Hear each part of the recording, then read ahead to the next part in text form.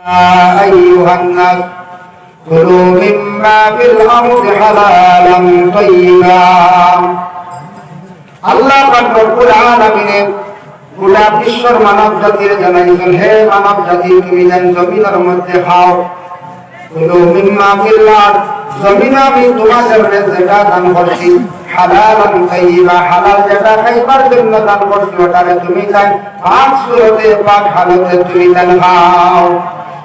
এই আয়াতের ব্যাখ্যা দান মুফাসসিরে কেরাম বলে, তবে ইবনে কাসির আমি দেখলাম আল্লাহ রাসূল সাল্লাল্লাহু আলাইহি ওয়াসাল্লামে বর্ণনা করেছেন, বলে আল্লাহর কাছে কয়জন বিশেষ করিয়া যেটা তোমার আমি খাওয়ার উপযোগী দান করলাম, শাক সবজি বিভিন্ন ফলমূলগুলো আমি আল্লাহ দান করলাম। এই ফলমূলগুলা শাক সবজিগুলা বন্ধা তুমি খাও, খাইতে সময় কটারে তুমি পাক সুরতে তুমি খাও। ওইটা শাক সবজি ফলমূল ইত্যাদি না কইলো যে আমরা লাগি মা আমার কইরা কেন বলে পাক সুরতে হয়, পাক সুরতেও কারণ হইতো ফলর যদি গাছ থাকে না আপনার অন্যর ফল আপনি যদি আনিয়া অবৈধ যদি না হইয়া যদি খাইলেন যেহেতু আর আপনার আমাদের হালাল হয়ে যায় পাক সুরতে খাইলাম যদি না আসলে ফল পান সবজি পান খাইবি তো অবৈধ হবে, লুকাইয়া যদি খাইলাই এখন যে টুকা দিয়া যদি খাইলাই চুরি করিয়া যদি আমি খাইলাই আর পাক রইল হয়ে যায়, জি আর পাক রয়েছে না ও শেষ না পাক রইল। আল্লাহ বললেন ফরজ আয়াত আবার আল্লাহ যাতে সঙ্গে সঙ্গে ঘোষণা করেন, ওয়ালা তাত্তাবিউ খুতুওয়াতিশ শাইতান, তুমি জান শয়তানের রাস্তার মধ্যে চলিও না, শয়তানের ইত্তেবা করিও না, ইন্নাহু লাকুম আদুউম মুবিন, শয়তানের কাছে তোমাদের দুশমন।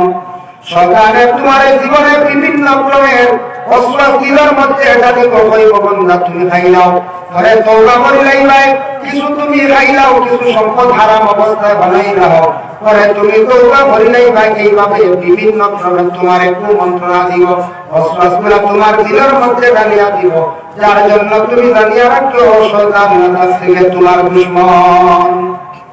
আবার দ্বিতীয় আয়াতে আবার আল্লাহ ঘোষণা করেন, ইয়া আইয়ুহাল্লাযীনা আমানু কুলু মিন তাইয়্যিবাতি মা রাযাকনাকুম, হে ঈমানওয়ালা তুমি খাও, জমিনের মধ্যে অল্প জিনিসটা খাও, হালাল রিজকটা পাক সুরতে খাও, ওয়াশকুরু লিল্লাহি, আর খাবার পরে তুমি তাই আল্লাহর জাতের শুকরিয়া আদায় করো, ইন কুনতুম ইয়্যাহু তা'বুদুন, আমি আল্লাহর দরবারে যে ইবাদত বন্দেগী করবা কি করে আমি আল্লাহ পাক রব্বুল আলামিন কবুল করব।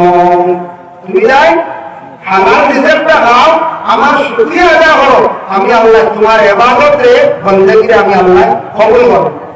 আবার আল্লাহ বলেন, ইন্নামা হারামা আলাইকুমুল মাইতাতা ওয়াদ-দামা ওয়া লাহমাল খিনজির, বিশেষ করিয়া তোমাদের জন্য মরা খাওয়া জায়েজ নাই।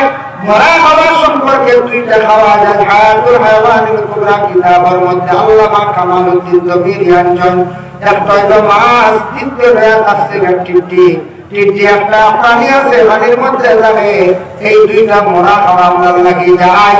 আর বাকি কোন জিনিস যেটা হালাল আছে খাওয়ার উপযোগী, এটা মরি গেলে কিন্তু আপনার আমার জন্য খাওয়া যায় নাই। মরা খাওয়া যায় না হারাম, মাইতাতা মরা খাওয়া যায় না, মরা আমরা খাইতাম না। দামা, দামন শব্দের অর্থ হইল খুন, রক্ত, আঙ্গুল কাটিছে, দেহ কাটিছে আপনার যে কোনো জায়গার মধ্যে, আল্লাহর বান্দা যদি স্নান করে খাইলে রক্তটা কমাইবার প্রয়োজন নাই, খাওয়া হারাম।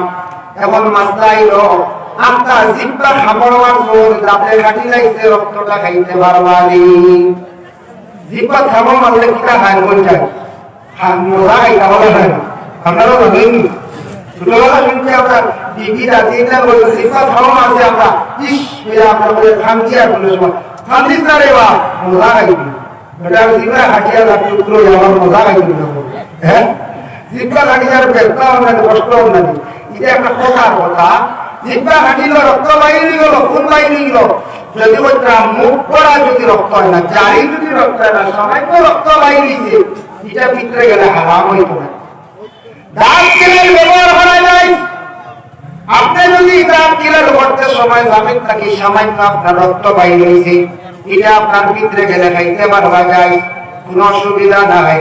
আল্লাহর কোন বান্দা নামাজ পড়িতা মুখের মধ্যে তার কিছু খানি আসলো কুল্লি করতে পারছেন না, নামাজ আরম্ভ করে দিলেন, এক টুকরা পিঠে গেছে গিয়া আমরা পড়েছি 24 কারণে নামাজ যায়, কেউ পড়েছি 25টা কারণে নামাজ যায়, কোনো কিছু খাইলে নামাজ যায়। এমন সামান্য সুগারের টুকরা, কোন মিঠাই রাত্র টুকরা পিঠে গেছে গিয়া নামাজ বাসি দইবনি বলে জিরা সামান্য গেলে বাসি দয় না। হেলার রাস্তায় এলো গিয়া কোন মানুষ যদি এক টুকরা করে এইভাবে মুখ চিপা লাড়ি লাড়ি যদি 2 টুকরা 3 টুকরা করিয়া সানার বরাবর সমতুল্য যদি খাই দেয় তাহলে তার নামাজ বাসি হইব। আপনি 8টা টুকরা গেলে কিন্তু তার নামাজ বাসি হইত নাই। সানার বরাবর মাসলা দেওয়া করবা, সানার বরাবর লিখাইলে কুসাইয়া বাইর করলে এটা বালাই দিবা খাইতা না, খাওয়া হারাম। আর যদি কোন মানুষের তার জিহ্বার দ্বারা টেলিয়া যদি কোন জিনিস যদি দাঁতার সীমাত থাকি বাইর করিয়া খায়, খাইতে না বজায় গেছে, তবে লিখাই দেওয়া তার কিরা বাইর করলে আর খাইতো না, ভালাই দিত, খাওয়া হারাম। জামিন তাকে রক্ত বাইর হয়েছে, এটা যদি আল্লাহর কোন বন্দায় যদি খাইয়া থাকে তাহলে সামান্যতম রক্ত অসুবিধা না খাইতে পারবো, কিন্তু এমনি আলাদা কোন ভুল খাইতে পারে না। আর ভুল জারি আছে এই ভুলটা বন্দা খাইতো না, হারাম। রোগের ভিতরে মানে ভুল ঢুকাইলো যায়। রমজান মাসে এইভাবে আপনার বিষাক্ত কোন ইনজেকশন বেমার বেদনার ইনজেকশন আছে, স্যালাইন আছে, এটা আপনি তুলতে পারবে, আপনার রোজা কোনো সময় বাসি হইতো না। মুখে দিয়ে খাওয়া নিষেধ, মুখে দিয়া খাওয়া নিষেধ। রোজা মাস স্যালাইন রোগে দিয়ে উঠে ইনজেকশন আপনার রোগে দিয়ে উঠে বা মাংসের ভিতরে ঢুকাইছ, যদি ভিটামিন মারলে ক্ষুধা যেটা নিবারণ এটা না যাই আছে, অসুবিধা নাই।